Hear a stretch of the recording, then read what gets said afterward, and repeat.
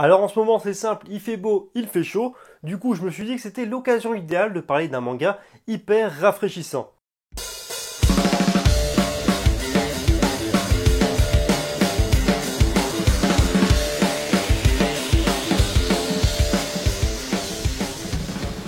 Salut à tous et bienvenue sur Geeko World. Aujourd'hui on va parler d'un nouveau manga à travers un nouvel épisode de Manga Réaction. Et on va parler d'une petite nouveauté directement sortie en fait et fraîchement sortie chez Kurokawa. Il s'agit tout simplement du manga Blue Flag. Alors le manga Blue Flag, Ao no Flag en VO, est un manga shonen écrit et dessiné par l'auteur Kaito. Et le manga est publié en France chez Kurokawa et au Japon il est carrément prépublié dans le magazine virtuel, donc le magazine numérique de Shueisha, le Shonen Plus. Le manga dénombre actuellement 5 tomes au Japon, mais il est toujours en cours de publication. En France, le manga est sorti le 14 mars 2019, donc à savoir le mois dernier, et vous le retrouverez en magasin au prix de 7,65 €. Du côté de l'histoire nous entraîne aux côtés de Teishi, qui est un personnage en fait lié d'amitié depuis sa tendre enfance au personnage de Thomas, qui est en fait un peu, si vous voulez, le stéréotype du lycéen parfait, c'est-à-dire le personnage à qui tout réussit. Alors d'apparence, les deux lycéens mènent une vie assez standard en fait pour des personnes de cet âge-là au Japon. Mais dans la classe de nos deux héros se trouve un personnage qui va bouleverser à jamais leur quotidien.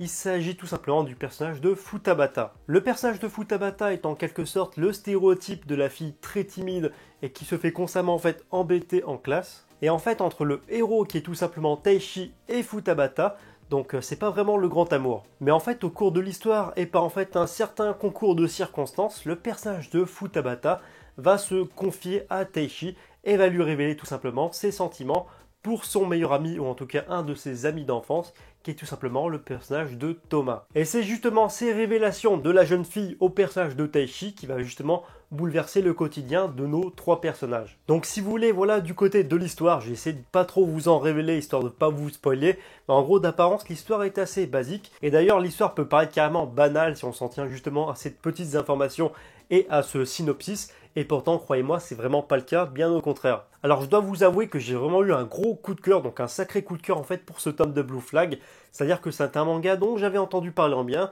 mais que bon, j'attendais, mais sans plus. En fait, le truc qui est génial avec Blue Flag, c'est qu'au début, et en fait dès les premiers chapitres, on s'attend en fait à une histoire qui sent le réchauffer, le déjà vu, et on a l'impression que rien ne peut nous surprendre, et d'ailleurs que les personnages sont des clichés d'eux-mêmes par moment, et en fait la force du titre c'est que au final ça nous surprend, parce que l'histoire prend en fait une autre tournure, et l'histoire s'avère beaucoup plus intéressante qu'elle le semble au premier abord. Donc je vous avoue que Blue Flag pour l'instant c'est un de mes plus gros coups de cœur depuis ce début d'année 2019 côté manga, et c'est notamment par son côté assez simpliste au premier abord, mais qui s'avère réellement surprenant.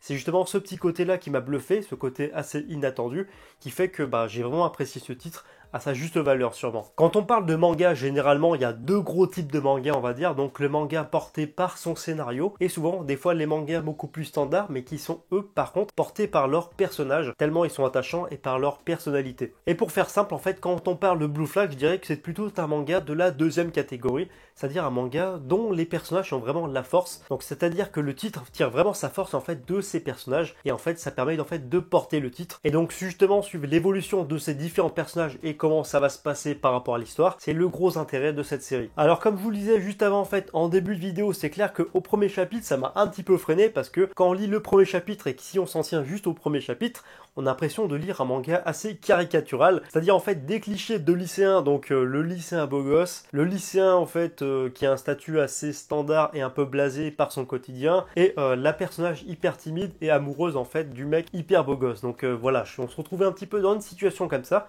avec Blue Flag, et le truc qui est génial c'est que vraiment plus vous avancez dans l'histoire, plus on se rend compte que c'est bien au-delà de ça. Pour moi, Blue Flag est tout simplement un manga vraiment riche en émotions, et qui se repose d'ailleurs en fait sur les émotions des personnages. Donc le manga va vraiment mettre un point d'honneur à mettre en avant, donc bien sur le devant de la scène, les différentes émotions des personnages, que ce soit la colère, la joie, la tristesse, voire même carrément parfois la frustration, voire la jalousie. Et je trouve vraiment ça intéressant que le manga arrive vraiment habilement à parler en fait d'émotions sans tomber dans le cliché. Blue Flag en quelque sorte c'est un peu un mélange entre amitié et amour, donc c'est un manga qui s'avère un peu tranche de vie à la frontière entre le shonen et le shoujo, vous savez, qui se déroule dans un milieu scolaire. En fait on est carrément dans ce type de manga avec Blue Flag, et pourtant franchement je vous assure que le titre est vraiment excellent. Bien que les personnages, comme je l'ai dit auparavant, ont l'air hyper caricaturaux, on s'y attache hyper rapidement, et c'est vraiment les personnages qui vont porter l'œuvre par leurs émotions et en fait par le triangle amoureux qui est tout simplement mis en place entre les différents personnages. Et ça, c'est plutôt cool. La force du titre, c'est véritablement de se reposer en fait sur ces personnages,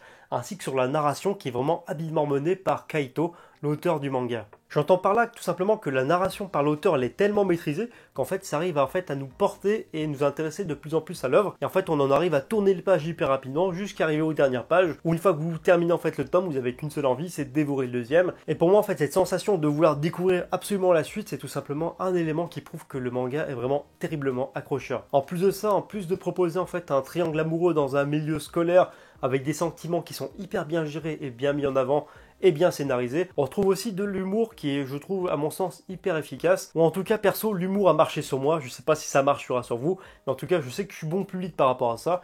Et normalement, ça devrait vous toucher. Côté scénario, tout ce qui est storytelling, en fait, tout ce qui est raconté au cours de l'histoire et tout ce qui arrive au personnage, c'est hyper bien maîtrisé. Ça mélange bien, voilà, le côté émotion, personnage et le côté histoire. C'est assez simple et efficace, mais le mélange est vraiment bien dosé. Et le troisième point fort du manga, selon moi, normalement, si vous jetez un œil à la couverture, vous l'avez directement compris, mais c'est carrément les dessins. Donc c'est-à-dire qu'en plus d'avoir des personnages hyper attachants et hyper intéressants, le tout bien sûr porté par un scénario totalement maîtrisé, et ben en fait l'auteur sublime tout ça par ses dessins qui sont tout simplement magnifiques. Et du coup les dessins sont tellement magnifiques que ça permet en fait d'intensifier les émotions des différents personnages, leur donner beaucoup plus d'impact et de profondeur, et ce qui permet d'ailleurs sur certaines scènes et sur certaines cases d'avoir beaucoup d'intensité et de profondeur au niveau des regards, au niveau des émotions, tout ça, et franchement je trouve ça tout simplement magnifique. Autre exemple d'ailleurs, si vous prenez par exemple voilà ce genre de petites cases, tout passe carrément par le regard et en fait il n'y a pas besoin de bulles de dialogue ou autre, juste les dessins se suffisent à eux-mêmes pour en fait découvrir l'impact émotionnel de la situation et ça je trouve ça plutôt fort. Donc voilà, pour résumer, j'ai vraiment apprécié ce premier tome de Blue Flag, c'est carrément un gros coup de cœur pour ma part, et même si au premier abord, voilà, je le répète encore une fois, les personnages et l'histoire ont l'air hyper caricaturaux, faut aller au-delà en fait du premier chapitre, faut se forcer un petit peu pour s'attacher aux personnages et pour que l'histoire en fait prenne beaucoup plus d'ampleur. Et en fait pour se laisser entraîner tout simplement par le titre. Côté scénario, il n'y a pas à dire, mais l'auteur, donc Kaito, maîtrise totalement son œuvre et ça se voit directement qu'il sait où nous emmener et sait comment le faire. Et ça c'est plutôt cool. Enfin bon voilà, c'est tout pour ce nouvel épisode de Manga Réaction, cette fois dédié au premier tome de Blue Flag. J'en profite pour dire un énorme merci en fait à Kurokawa pour m'avoir laissé en fait découvrir ce titre et pour m'avoir envoyé ce premier tome. Et sinon je vous recommande vraiment ce premier tome de Blue Flag, surtout si vous aimez les mangas vraiment axés sur l'émotion et sur les personnages. Donc le titre est vraiment porté en fait par ce genre de choses et par sa thématique. Sinon autrement, si la vidéo vous a plu, n'hésitez pas à me le faire savoir en lâchant les pouces bleus, me dire ce que vous avez pensé de ce premier tome dans les commentaires. Si c'est pas encore le cas, n'hésitez pas à vous abonner à la chaîne, c'est totalement gratuit, ça fait plaisir et du coup vous ne louperez aucune vidéo et ça c'est plutôt cool. Alors sinon, si ça vous intéresse, il faut savoir que je suis présent sur Facebook, sur Twitter et sur Instagram, donc sur les différents réseaux. Choisissez celui qui vous le plaît le plus et vous trouverez les liens directement en dessous de la vidéo ou carrément à l'écran si vous voulez. Et sur ce, je vous dis à bientôt pour une prochaine vidéo.